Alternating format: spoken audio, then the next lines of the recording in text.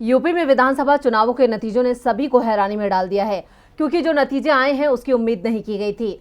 UP में BJP ने दोबारा बहुमत हासिल कर लिया। नतीजों के बाद विपक्ष मायूस दिख रहा है तो बीजेपी में उत्साह है।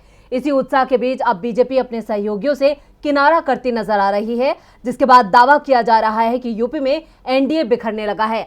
सरकार गठन से पहले ही उसके सहयोगी साथ छोड़ सकते हैं और इसके संकेत मिल रहे हैं एमएलसी चुनावों से। उत्तराखंड में विधानसभा चुनावों के बाद अब एमएलसी चुनावों ने हलचल बढ़ा रखी है। राज्य में 36 विधान परिषद की सीटों पर चुनाव होना है। बीजेपी के लिए ये चुनाव कितना महत्वपूर्ण है ये इसी से समझा जा सकता है कि योगी सरकार के पहले कार्यकाल में विधान परिषद में सपा के पास बहुमत रहा।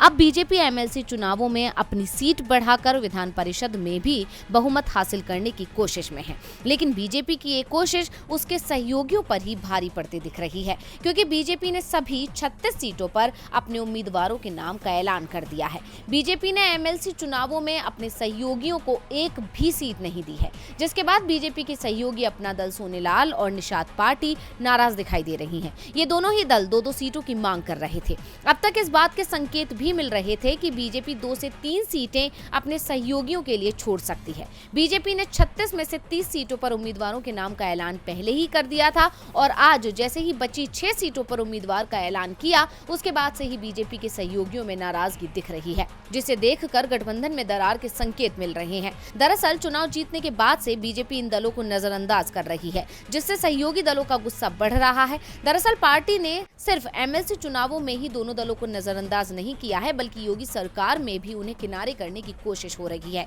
चुनाव के नतीजे आए हुए 10 दिन बीत चुके हैं, लेकिन अभी तक यूपी में न तो सीएम का शपथ ग्रहण हो सका है, न ही मंत्रिमंडल विस्तार। योगी के बयानों से साफ संकेत मिल रहे हैं कि कैबिनेट में इन दलों को सिर्फ एक ही पद दिया जाएगा, जबकि अपना दल और निषाद पार्टी 2-2 मंत्री पद की मांग कर रहे हैं। डीवी लाइव की रिपोर्ट।